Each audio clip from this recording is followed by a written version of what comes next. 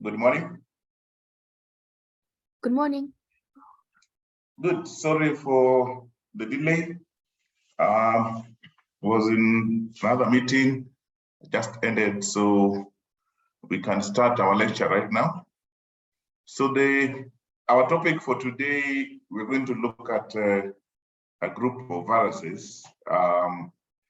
Remember, during our introduction to virology, we talked about classification of viruses, based on taxonomical approach, the type of disease they cause, the host range, and other things. So today we're going to look at a group of viruses, which we are referring to as herpes viruses.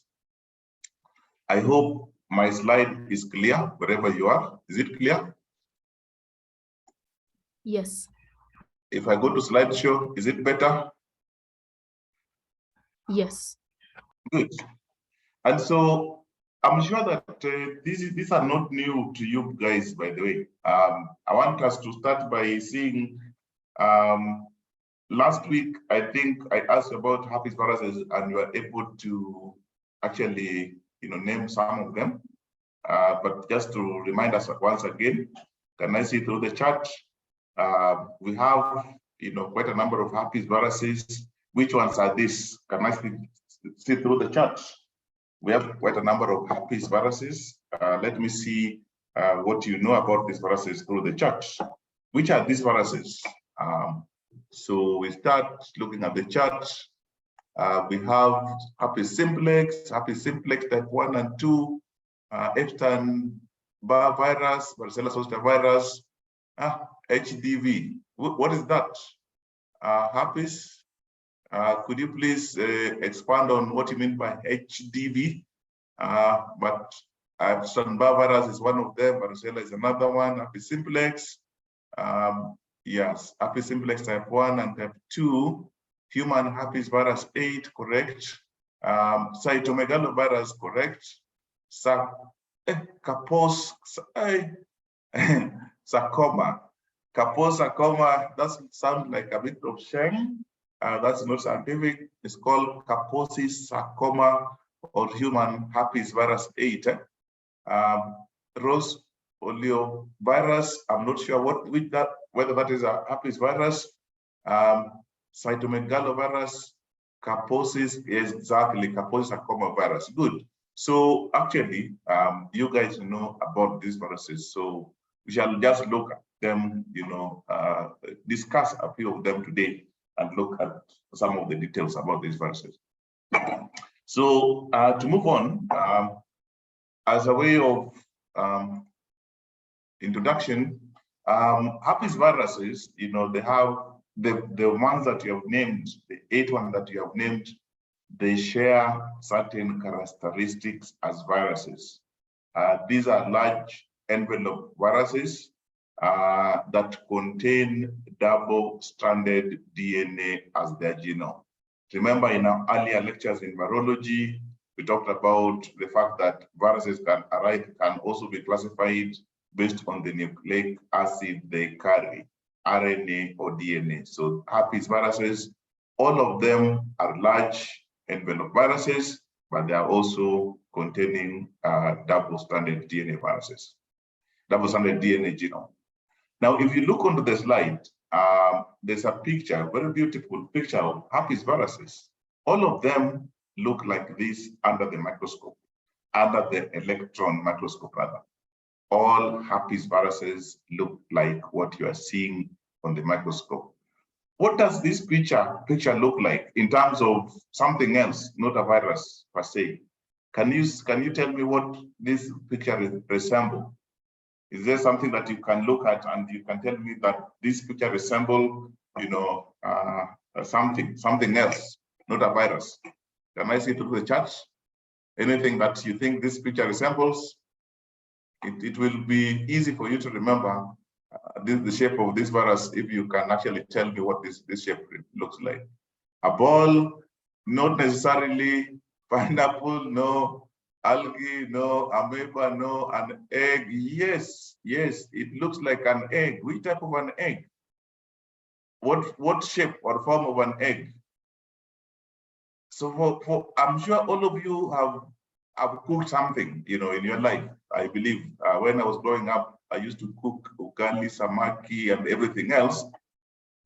But this looks like when you are frying an egg, when you break the egg shell and you pour it onto the frying pan, the inside of the egg is exposed and then the rest spread like that. That's how it looks like, right? So this looks like, someone who has just broken an egg and has poured it onto the frying pan where the yolk and the other part of the egg, can clearly be seen. But so all the herpes viruses that we are going to talk about today share this particular shape. So I want to let you know that in your exams, we normally bring for you a photo like this, and most of the times we ask you to identify which family of virus this could be. So remember, this is how all herpes viruses look like under the electron microscope.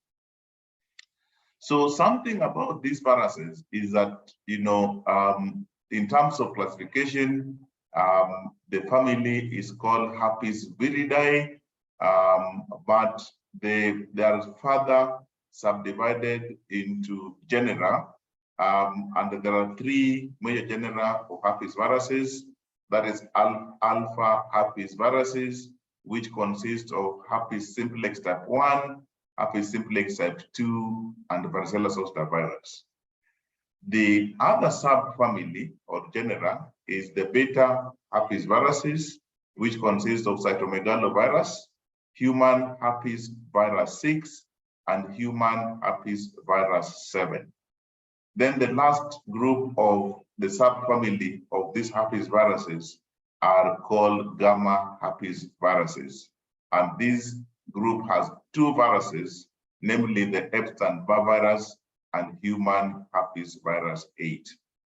While we are still at this, I also want to remind you that, some times back, herpes viruses were actually, all of them were given the name human herpes virus 1, human herpes virus 2, human herpes virus 3, human herpes virus 4, 5, 6, 7, and 8. Based on that, can you tell me which one of these herpes viruses is human herpes virus 3? Human herpes virus 3 of these viruses. Which one is human herpes virus 3?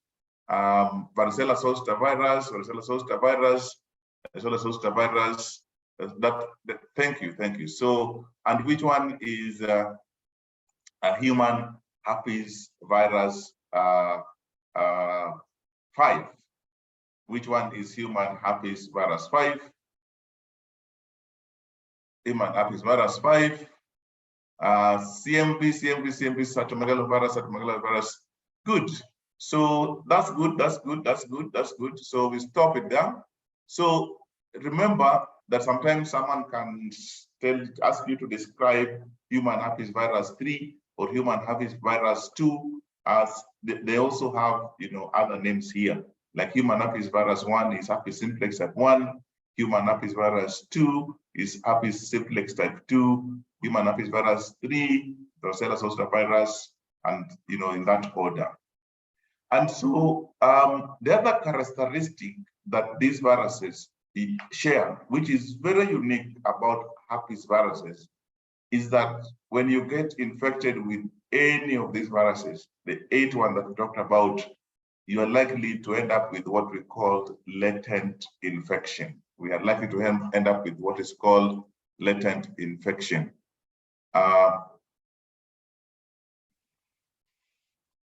So latent infection, we're going to see how it happens, during this lecture. But basically, what it means that when you get infected with any of the herpes viruses, they cause primary infection, and then they go and disappear in your body. and where they disappear, they stay there for years. You may never become sick again with them, but if one reason or another, something happens to you, they may actually come back and cause disease, a process what we are referring to as reactivation. So these are two common characteristics of herpes viruses. They cause latent infection, but they also cause reactivation. The other thing which I have not included on this slide is that these herpes viruses are actually the most friendly viruses known to human, because they do cause a lot of the infections are subclinical diseases, which you get the infected with the virus, but you will never know that you are infected because they don't display the symptoms. The other thing is that even those that display symptoms, the symptoms are rarely, severe, except in cases where your immunity is compromised. When your immunity is compromised, then you are likely to suffer from severe herpes disease. But generally, these are some of the most friendly viruses that are known to humans. And so one thing that I also want to let you know is that I'm sure all of you are above 18 years of age, and believe me, you're working with one of these viruses. There's nobody who can pass having been infected with herpes viruses. So, these viruses are acquired, most of them are acquired when you're young, but then you get there because they are subclinical. They never really show up, and therefore, so someone is asking me which one is human herpes virus 4. Can somebody tell me which one is human herpes virus 4? Human herpes virus 4, which one is it? Which one is human EBV, Epstein-Barr virus? Correct. So then did I see another question? Latent. I don't know whether that's a question, but we're going to look at it later on when we'll explain how that occurs. But I can see someone has already provided an answer there. A latent condition is where you have a virus. The virus sits in your cells, certain privileged cells of the body, cells which are far away from the immune cells, and the virus does not replicate. It just sits there, without replication. So that is what we are calling latent infection. Okay, and so for today's lecture, I want us to look at a few of the herpes viruses, and I'll focus mainly on the two human herpes virus 1 and human herpes virus 2, but I would urge you to go and read the rest. If I have time, one of these days we can recap on the other viruses, but I just wanted us to focus on the herpes simplex type 1 and herpes simplex type 2. Herpes simplex type 1 is mainly known for the disease that it causes, what we call cold sore. And if you look onto the slide, you can see the symptoms associated with cold sore. I'm sure some of you may have presented with this, but because majority of us have been exposed to this virus previously. The herpes virus, herpes simplex type 2, or human herpes virus type 2, is mainly associated with a disease called herpes genitalis. And we're going to look at these viruses in more detail in the subsequent slides. Now, so talking about herpes simplex type 1, in terms of pathogenesis, my slide is being hidden. I don't know when I put it full slide, this thing hides my slide. I don't know why. Let me see how I can hide it. Can I hide this thing? Is it on top? I will use, is that still okay with you? If I use that? Yeah. Is that okay? Yeah. Because when I use full screen, I don't see the title. So how do these viruses cause disease?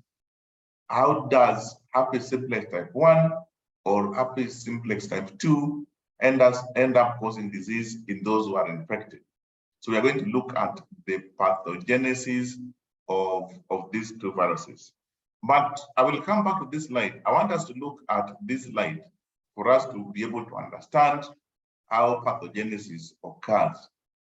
If you look at this slide, are you able to see my cursor, where my cursor is? Yes or no? Are you able to see my cursor?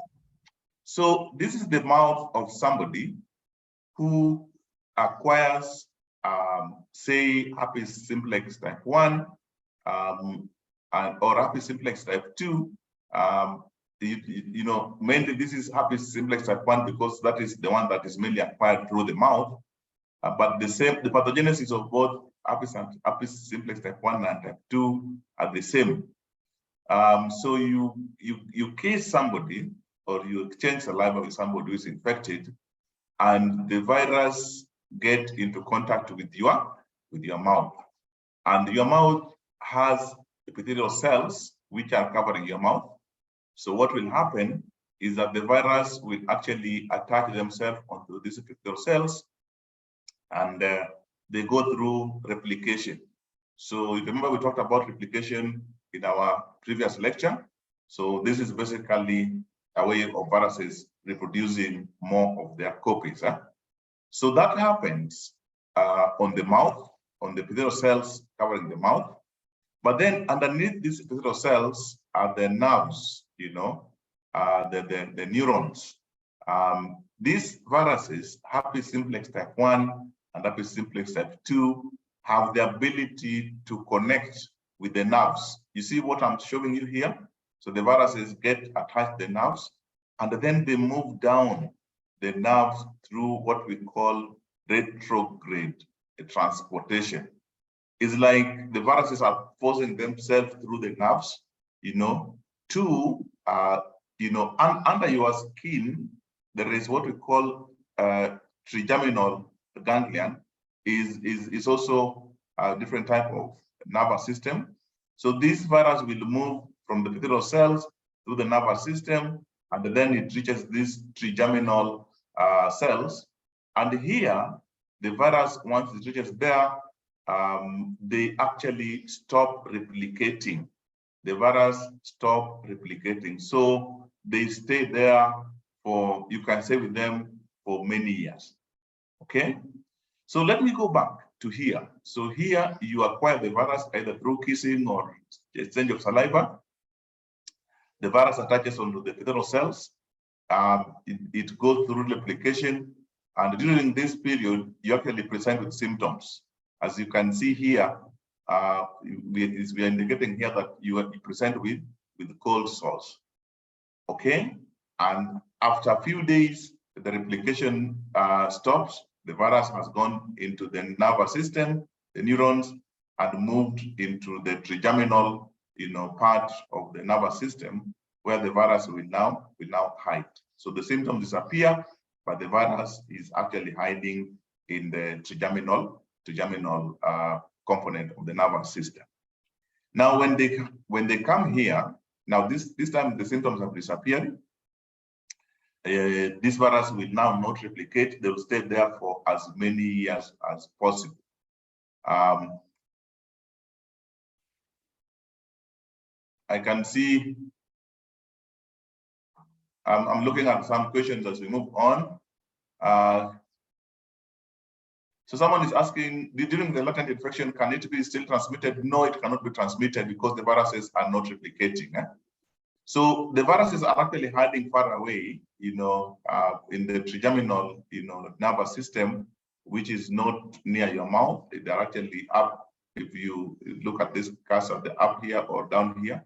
So they're not near your mouth, so you are not shedding any virus. So transmission does not take place.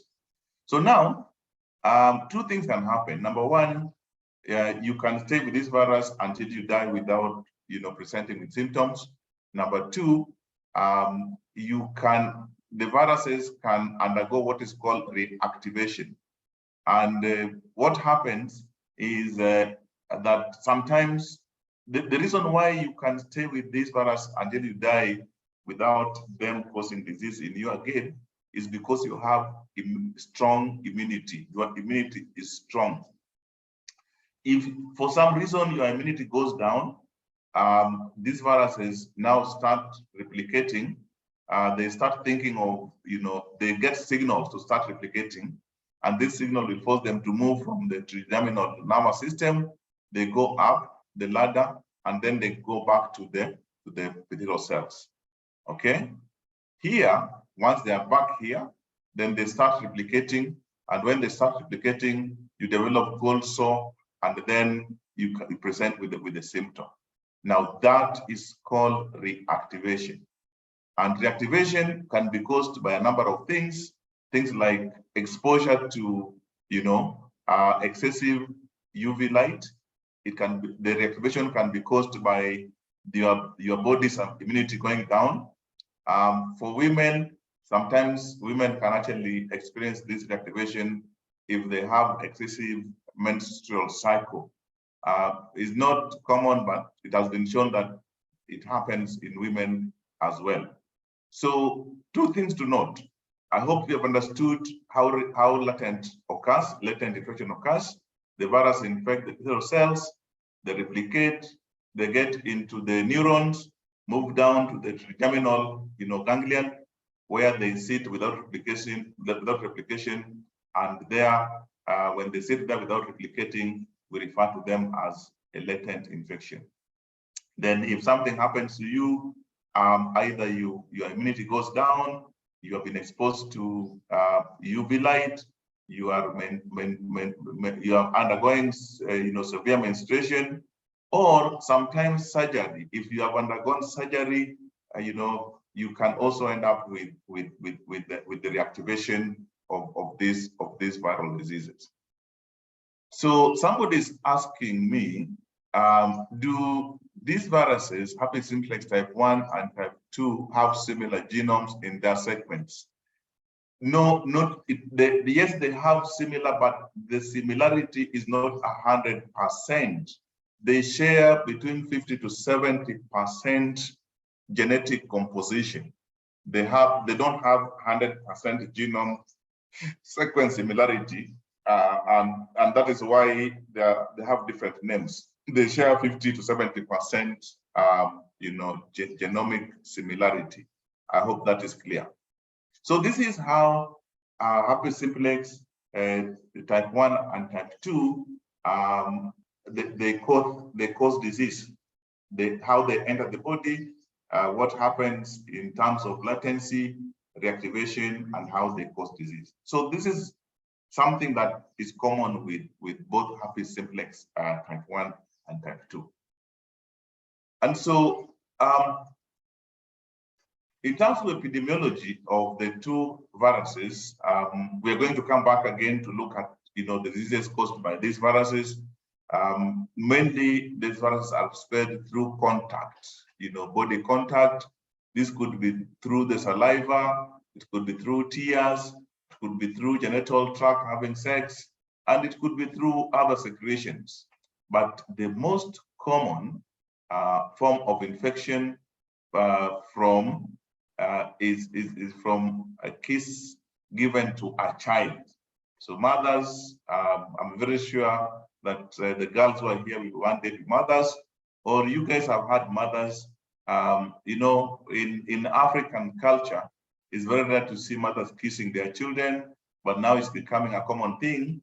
But now we have been told that children acquire herpes simplex type 1 mainly through kissing that they get from their mothers. So the mother has a virus in the mouth, the mother kisses the baby because it's showing love, but in the process, the mother is actually infecting the baby. The third thing is that the primary infection, that is the first time someone gets infection with either herpes simplex type 1 or 2, the infections are usually are subclinical. So sometimes they don't present with symptoms, but sometimes they do present with symptoms. And, you know, the disease actually, you know, is common amongst, you know, children under the age of 5.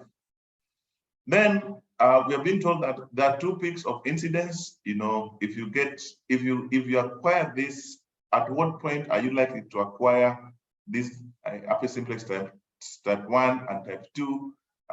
You can acquire both viruses between the age of 0 to 5 or later in life, you know, when you're a teenager. So you can acquire both herpes simplex type 1 and herpes simplex type 2 when you are at the age between 0 to 5, or when you become a teenager. You know what happens with teenagers. We've talked about how these viruses are transmitted. Herpes simplex type 1 is mainly transmitted through, you know, kissing, exchange of saliva, you know, touching your mouth with an infected hand. Herpes simplex type 2 is mainly transmitted sexually, so but also can be transmitted from mother to child. So if you missed herpes simplex type 2 when you are between the age of 0 to 5, then you can get it when you become an adult, when you start having sex. And so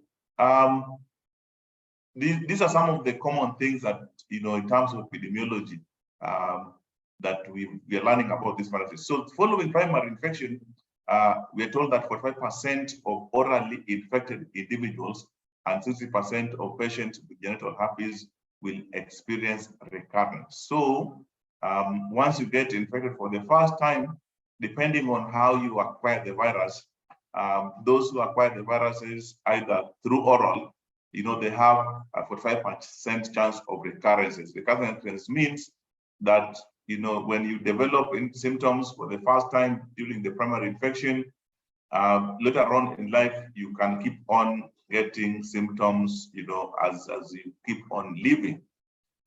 But the chances of recurrences are higher if you acquire the infection through, you know, sexual intercourse. We're also told that the frequency, you know, in a year, you are likely to show at least once in a year recurrence of herpes simplex, you know, diseases. So this is something that you have to bear in mind when talking about these viruses. So I want us to look at the clinical presentation and symptoms associated with herpes simplex type 1 and type 2. And I want us to start with herpes simplex type 1. So herpes simplex type 1 causes a number of diseases. The first one is what we called acute gingivitis. And as you can see on the slide, you have these lesions, you know, on your lips, on the tongue. They are very painful, by the way, bleeding, but the disease is self-limiting. So you present with this after 13 days, you know, the symptoms disappear and you're well. So this is called acute gingivitis by herpes simplex type 1. As you can see, the disease is manifesting in the mouth, meaning that this disease is mostly acquired through, you know, kissing, exchange of saliva, or you know, hand to mouth. If you touch somebody's mouth which is infected, and you touch your mouth, you can also be infected. You can also get this disease due to herpes simplex type 1. The most common symptom or disease associated with herpes simplex type 1 is what we are calling cold sore. Cold sore, as you can see on the lip of this gentleman or gentle lady, is a very common thing. It starts, you know, about 12. Once you get in contact with someone who has the disease, 12 hours later, you start feeling itchiness, you know. Actually, you start feeling something like you want to scratch. So the place feels warm, it's itchy, and when you start scratching, then you start developing, the redness, and the papules and the vesicles develop. 45% of oral infected individuals will also experience recurrence. Recurrence means that, from time to time, after you've recovered from this, this thing will come back and you present with this. So, but this varies between individuals. I'm sure some of you have experienced this, but I don't want to ask you who has, because this is private. Someone, so I want to check some of the questions which you are posting on the chat. What is touch? Is it? I was talking about touch, yeah, kushika. Or did you get me right? I'm checking your questions. So the signs and symptoms are only present during the primary infection and after reactivation, but not during its latent phase. Yes, correct. There are no signs during the latent stage. Someone is asking, Utin is asking, what is the principle behind surgery causing reactivation? So during surgery, sometimes you can be put onto, immunosuppressive drugs, like those who go through kidney transplant. Because of those immunosuppressive drugs, they lower your immunity, and that can lead to reactivation. I hope I've answered you clearly, Mr. Otieno. So what else? So does this mean herpes simplex type 1 and type 2 have similar, or that one I'd already answered?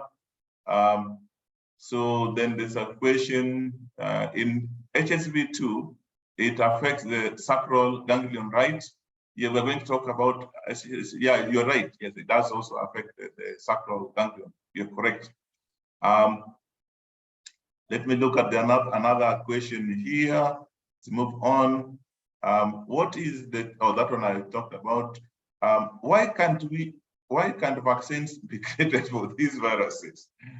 Now, Patel, these vaccines are made by people who do business, but also because of the need.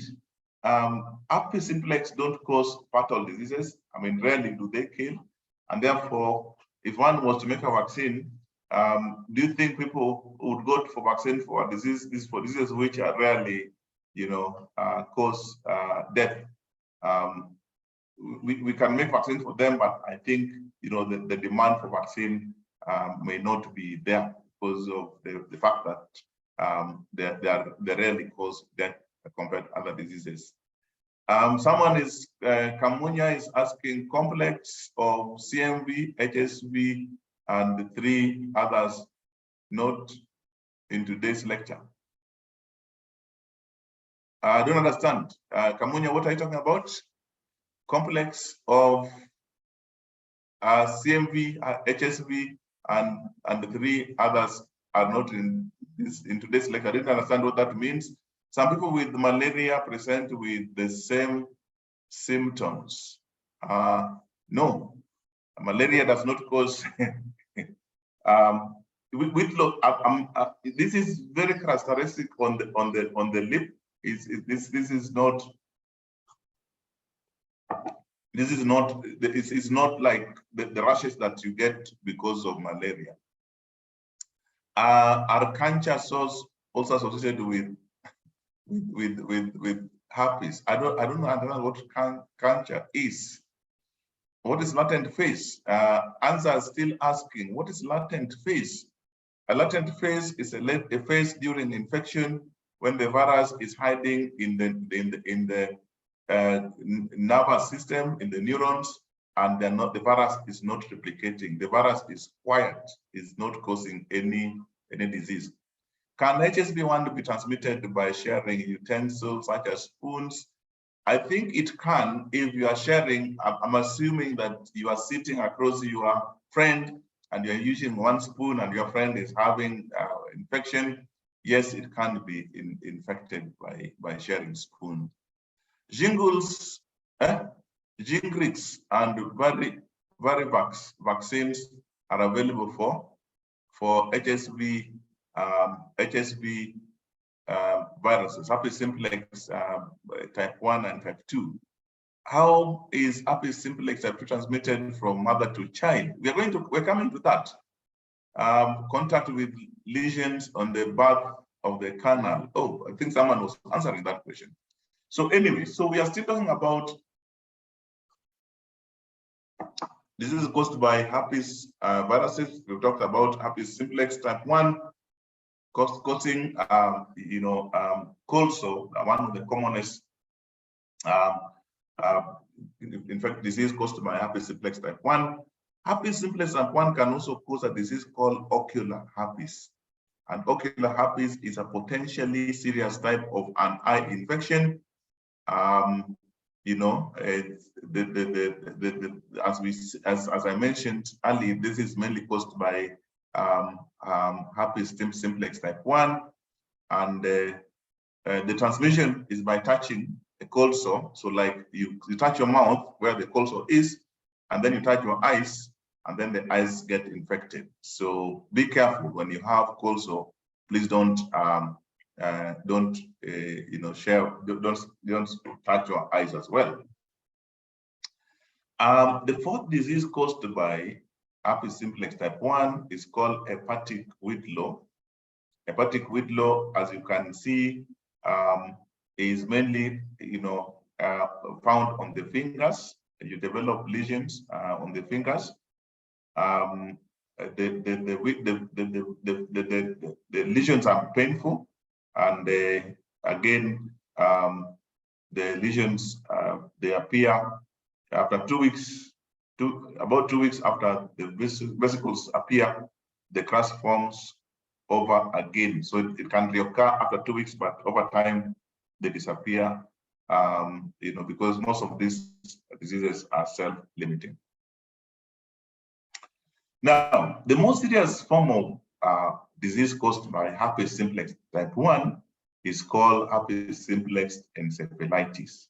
Now, this one is fatal. It's fatal because it kills about 70% of those who are infected.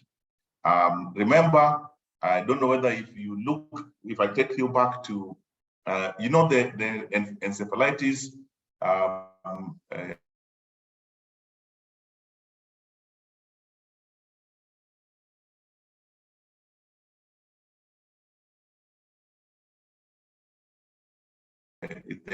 inflammation that despite the fact that herpes simplex type 1 can enter your body through the mouth, it gets into the nervous system, but it can also go to the brain. You see, we're talking about, if you look at my cursor, this is where the latency occur, right? But these viruses can actually move to the brain. Herpes simplex can actually move to the brain. They go through the central nervous system, and then they reach the brain, and they can actually cause the inflammation of the brain, which leads to encephalitis. So the most deadly form of herpes simplex type 1 infection is the herpes simplex encephalitis. That is the inflammation of the brain, and the disease is characterized by fever. Fever is the first symptom that appears, with headache. It also leads to seizures. You feel focal neurological signs, and it causes impaired consciousness. So one loses consciousness, and again, as I said earlier, this disease can lead to, in the absence of treatment, about 70% of those who are infected will die. However, there is treatment using acyclovir. There's a common drug that we are going to talk about that is used for treating herpes viruses called acyclovir, and this is mainly given through intravenous use. So someone is talking about herpes simplex type 2 above the waist. It's possible, but rare. I think this is a chart that you're sharing amongst yourself. Can you recover from herpes from herpes. You once you get infected with the herpes viruses, you are infected for life. The good thing is that you don't become sick unless your immunity goes down. Can one get herpes simplex type 2 orally? Yes, you can. Many years, when I was young, it was not possible, but because we have changed lifestyle, right? We have changed lifestyle. Herpes virus type 1 and type 2 for many years were classified as either above the belt or below the belt. Herpes simplex type 1 was considered below the belt, above the belt, and herpes simplex type 2 was considered below the belt, meaning that herpes simplex type 1 was considered to be transmitted only through oral route, and herpes simplex type 2 was considered to be transmitted through the sexual intercourse. Then 20 years, 40 years ago, sex was only through the sexual organs, but these days people have oral sex, and that can lead to transmission of herpes simplex type 2 from the genitalia to the mouth. So watch out. You can get herpes simplex type 2 infection via oral sex. Good. So we continue. So herpes simplex type 1 encephalitis is a very dangerous disease. It infects. It kills up to 70% of those who are infected. Although there is treatment, if you offer treatment early enough, the patients can recover. But that also depends on whether they are immunosuppressed or not. So the other herpes, so those diseases that we're talking about, most of them are mainly caused by herpes simplex type 1. We want to look at herpes simplex type 2, what diseases does it cause? Number one, herpes simplex type 2 causes what we call herpes genitalis. This is a sexually transmitted disease, and for women, you can see how it presents. For men, you can also see how it presents. But for men, and women, the virus would cause lesions on the penis, the vagina, the cervix, the anus, the vulva, the bladder, the scrotal nerve roots. It can also go to the meninges, the central nervous system, and cause encephalitis. So these are also this is also one of those dangerous viruses that can end up in the central nervous system. So again, 60% of patients with herpes genitalis will experience recurrence. So 60% the symptoms will recur, at least once a year or more frequent, depending on how your immunity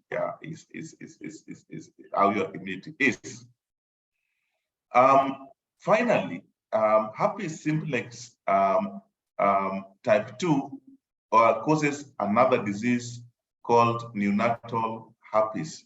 Neonatal herpes is herpes disease of the neonates, the children born from mothers. And how do neonates acquire the virus? This happens, during birth, when the baby is being born and the mother is shedding. The mother is shedding herpes simplex type 2 virus. The baby can acquire the infection during the delivery of the child. The baby can also acquire the infection by the nurse. So if a nurse has a whitlow, remember the whitlow disease that I showed you there earlier, the nurse can also transmit to the babies if they touch the baby with the hands. So the neonatal herpes is actually also a very fatal disease. It's one of those, especially if neonates are known to have low immunity.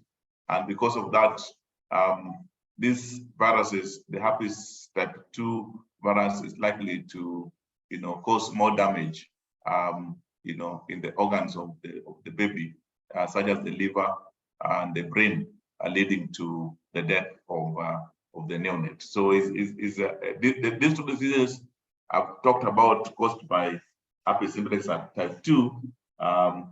Then herpes, neonatal herpes is the most fatal compared to herpes genitalis.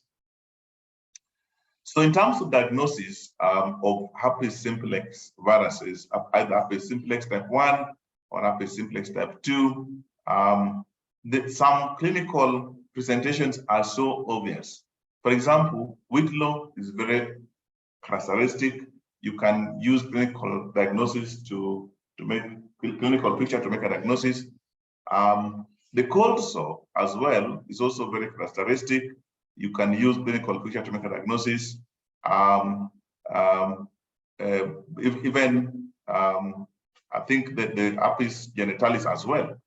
But it's recommended that, for definitive diagnosis, a laboratory test is carried out, and the type of tests that are used, the ones that are commonly used now are called PCR.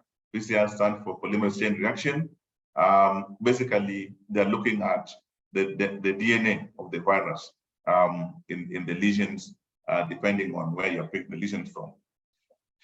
Other tests which can be done include immunofluorescence, and you can see on the slide, this is how a cell that is infected with herpes, physical cell that is infected with herpes virus would actually look under fluorescent microscope.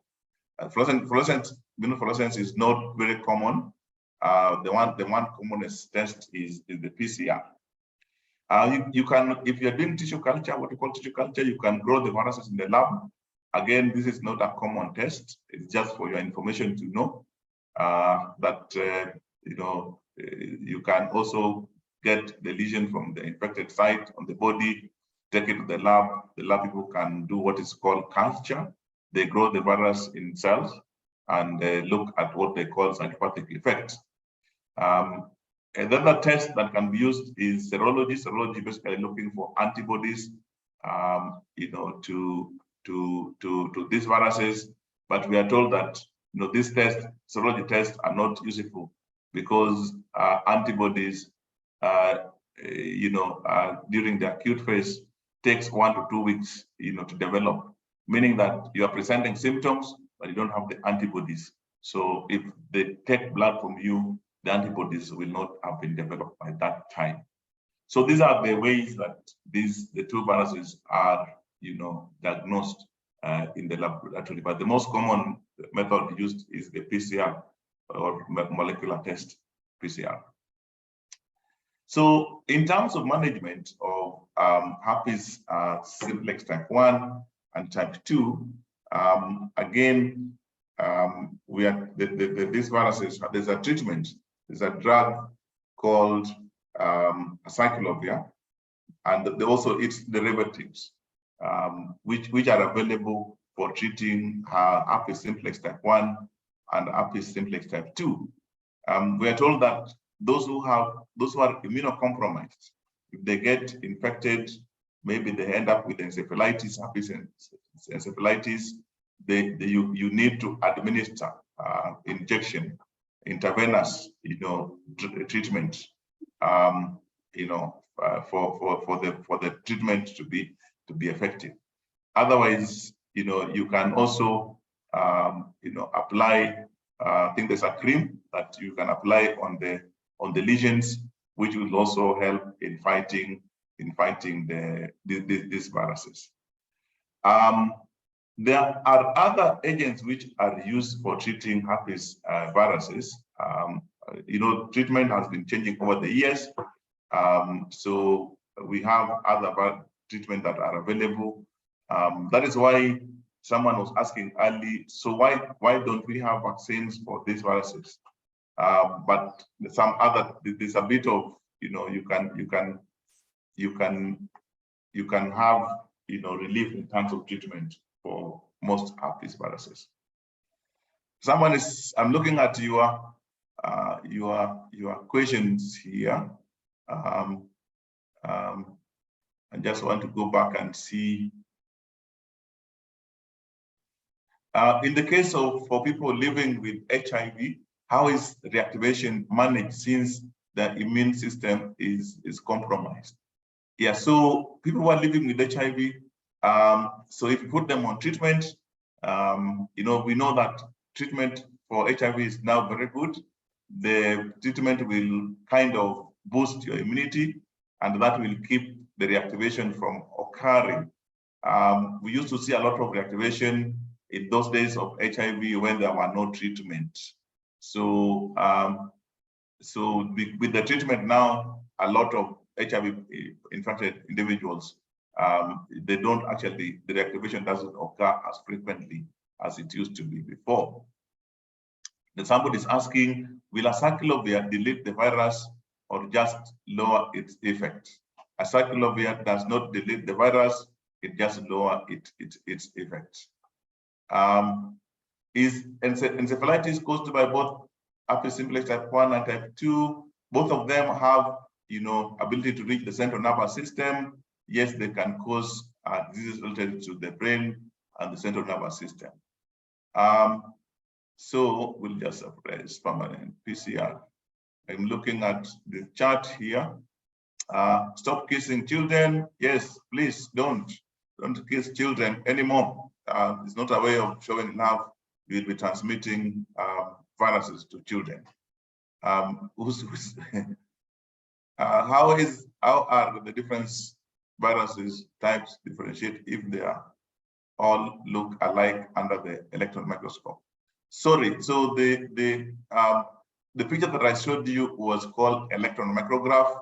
The viruses, all viruses within one family normally look the same under electron micrograph. So you can never differentiate them using that. But if you want to differentiate them, you can do a test called PCR, and it will tell you which one is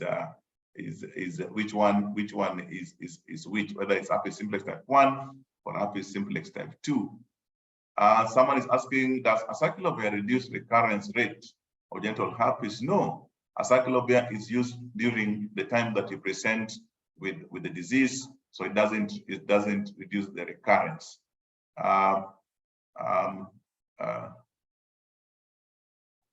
So how does the virus avoid detection by macrophages in the epidermis? So macrophages never reach the neurons. Macrophages are mainly found in the blood system, but once the virus goes into the neurons, then the virus is hiding from the macrophages. So they are far away from the immune system. So pregnant mothers that are infected with genital herpes lesion, can they deliver through cesarean section? Yes. So one way to protect babies from getting herpes simplex type 2 virus is through cesarean section. So if a mother is positive, please, it is recommended that to avoid the child getting infected, especially when they can be infected with neonatal herpes, you do cesarean section, which will protect the baby. So sorry, I have to end this lecture here. I hope I wanted to have touched other herpes viruses, but I couldn't make I have another engagement starting right now. I'm requesting if we can, if you allow me, we can have another lecture. We can add this to one of my lectures that is coming up to clear with herpes viruses. So my next lecture will touch on other herpes viruses that we have left behind. They are very important. I think we need to touch on them. Yes, so ganciclovir and acyclovir. Ganciclovir is a derivative of ganciclovir. So please go and read about the other derivatives of acyclovir which are used for treatment. Now on Friday we're having a lecture, and we'll be having a guest lecturer. So the class rep, I will be sharing with you the email address of the guest lecturer for Friday. So I will not be giving the lecture myself. I will be in the background, but we'll have a guest lecturer on Friday. The next week, when we come back again, I will finish with my Herpes viruses, and we continue from there. So you guys have a good afternoon, enjoy your lunch, and I hope you enjoyed our lecture for today. Thank you, and have a good afternoon. Thank you.